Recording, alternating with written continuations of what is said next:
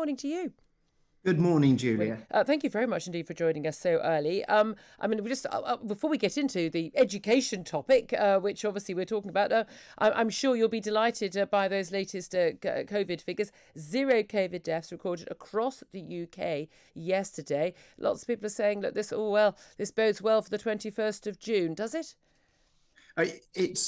It's so promising to see those figures, but we mustn't be complacent. It does show how the vaccine is really working and having a real impact in terms of actually keeping us all safe. But we ask people just to continue to remain cautious and make sure that they get their 2 jabs as rapidly as possible.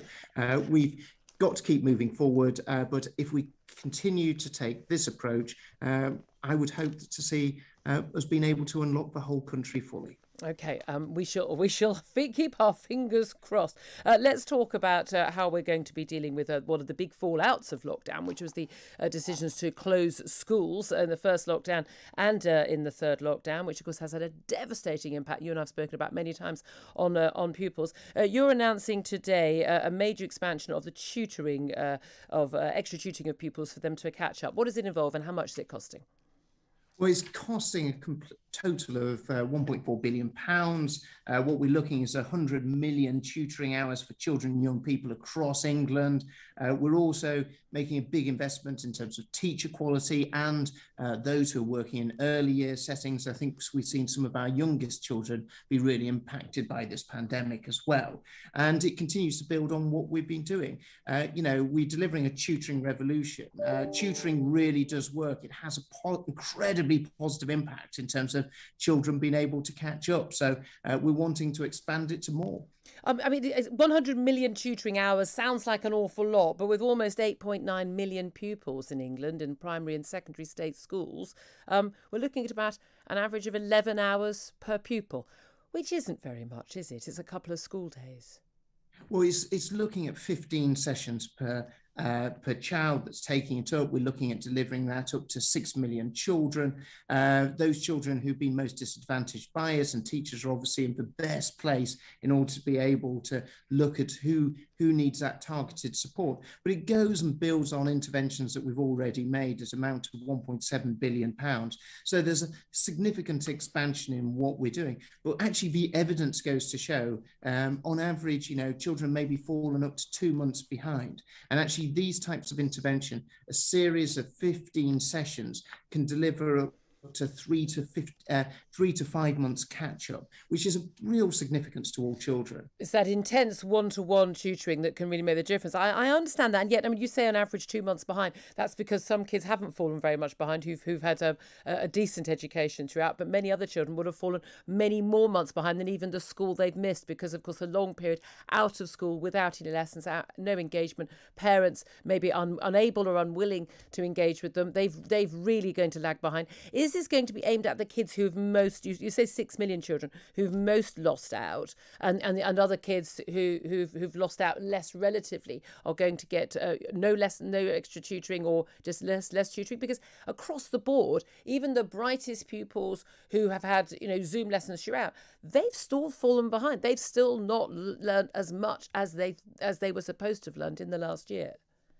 Well, that's why just a few months ago we announced a £700 million package of extra funding and extra support in order to be able to help all children, make sure that schools, whether they're primary schools or secondary schools, are able to put provision for all children right across the year in place. But we do recognise that tutoring has a big impact, and it's right that we're looking at creating an extra up to 6 million tutoring places as a result of this package. So there is the ability for schools to be able to look at ensuring that a very broad range of pupils are able to benefit from this. And we've always seen it. Sometimes, those, families, if they've been able to have that disposable income, have always recognised that tutoring delivers a real benefit for children, gives a real advantage. And that's why we want to be able to expand that. Are there enough tutors to go around? Round my way, the parents who spend a fortune on this sort of stuff, you're looking at, minimum £50 an hour. Are there going to be enough tutors to go around the state system if they can earn huge sums in the private sector?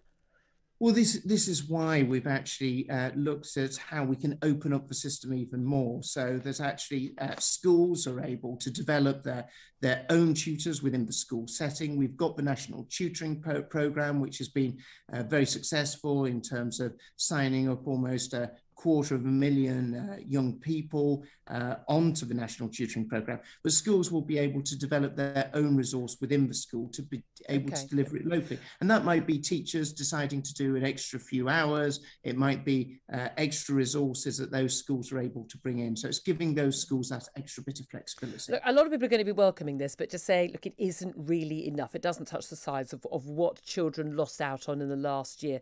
A leak of the report by the government's education recovery czar, Sir Kevin Collins, has suggested we need 100 extra hours of schooling for children each year from 2022, a minimum 35-hour week, and extra tutoring as well. But his bill for all of this is the £15 billion mark, not the 1.4 billion you've got.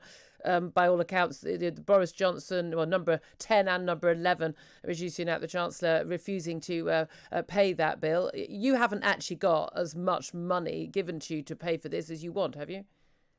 Well, we've seen over the last less than 12 months, we've seen £3.1 billion committed to it. But what we're doing is we're doing a review, because I think, Julia, I'm not sure about you, but I don't think it's right when I see schools emptying out at 2:45 in the afternoon. And I do think there's a real benefit to schools do that. Are there schools that do that? I'm afraid, Julia, there are schools that do that. There's too many schools that empty out at. Why are they allowed to do that then? Why don't we? Why do you put up with that? Why do parents put up with that? Well, this is what we're looking at, because it's actually not just purely about the academic. It's also about the enrichment that we can put around the school day. It's about actually all those other things that children benefit from, whether it's the clubs and activities. And actually what we're doing is we're doing a review as to how measures could be implemented in terms of actually delivering the very best in terms of a school day. What are the right times for children to be in school, not just in terms of primary school and secondary school, but also in post-16 as well. So I think it's right to be actually having a look at this, because actually as we work up towards spending review, it's really important that we actually have the very best evidence to justify as to what interventions are going to deliver the most for children. Okay. That's what we're currently looking at. Just finally, when you look, going back to the tutoring and all the extra money that is there, I mean, again, lots of people saying, and I would say not enough, doesn't touch the size of this, and this is an investment set of money. We will be reaping the benefits of spending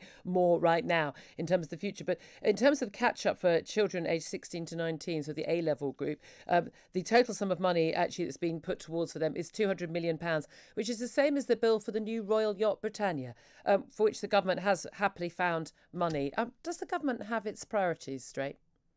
Well, what the government's been doing is over the last 12 months have been investing £3.1 billion into children in terms of catch-up. That's on top of a £14.4 billion investment into schools.